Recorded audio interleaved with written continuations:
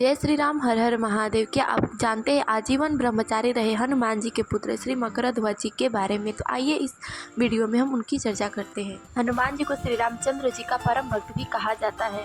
वह 8 चिरंजीवियों में से एक है। वे भगवान शिव के सभी अवतारों में से बुद्धिमान एवं बलशाली माने जाते हैं। वे भगवान शिव के 11वें रुद्र अवतार हैं। हनुमान जी श्री रामचंद्र जी की सहायता के लिए ही अवतरित हुए थे। हनुमान जी आजीवन बाल ब्रह्मचारी रहे तथा उन्होंने अपना समस्त जीवन श्री रामचंद्र जी की सेवा में अपना समर्पित कर दिया।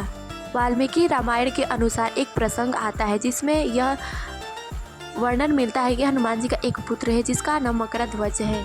आइए जानते हैं आजीवन बाल ब्रह्मचारी रहे श्री हनुमान जी के पुत्र मकरध्वज की कथा के बारे में। पौराणिक मान्यताओं के अनुसार जब हनुमान जी ने लंका जलाने के बाद उन्होंने अपनी पूंछ में लगी आग को बुझाने के लिए समुद्र में कूदे थे। उस समय उनके शरीर का तापमान बहुत ही ज़्यादा था। उस समय हनुमान जी समुद्र के ऊपर थे। उसी समय उनके शरीर से एक बूंद समुद्र के अंदर गिर गई, जिसे समुद्र में रह रही एक मगरिया ने पी लिया और उसी एक पसीने के बूंद पीने के कारण वह मगरिया गर्भवती हुई। एक मगरिया के यहाँ पुत्र रूप में जन्म लेने के कारण हनुमान जी के पुत्र का नाम मकरध्वज पड़ा। तो आइए अब हम यह जानते हैं कि हनुमान जी की सबसे पहली मुलाकात उनके पुत्र मकरध्वज से कब और कहाँ हुई थी। एक समय पाताल लोक का असुर राज अहिरावण अपने बड़े भाई रावण के कहने पर प्रभु श्री रामचंद्र जी व लक्ष्मण जी को बंदी बनाकर पाताल लोक ले गया था।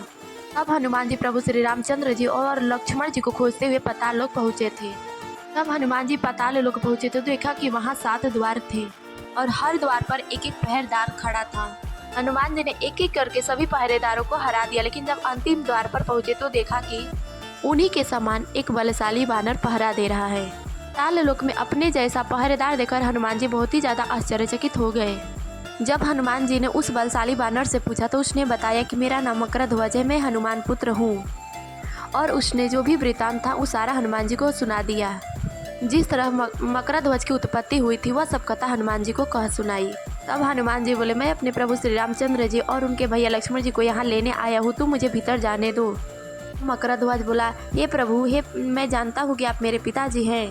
अभी मैं यहाँ अपना कर्तव्य का पालन कर रहा हूँ। अगर आपको भीतर जाना ही है तो मुझे आपको हरा कर ही भीतर जाना होगा। तब हनुमान जी को अपने ही पुत्र मकरध्वज के साथ युद्ध करना पड़ा था तथा कुछ समय बाद चल रहे युद्ध के पश्चात हनुमान जी ने अपने पुत्र मकरध्वज को हराकर भीतर पहुंचे तथा राम जी तथा लक्ष्मण जी को उस पाताल लोक असुर राज अहिरावण से मुक्त किया।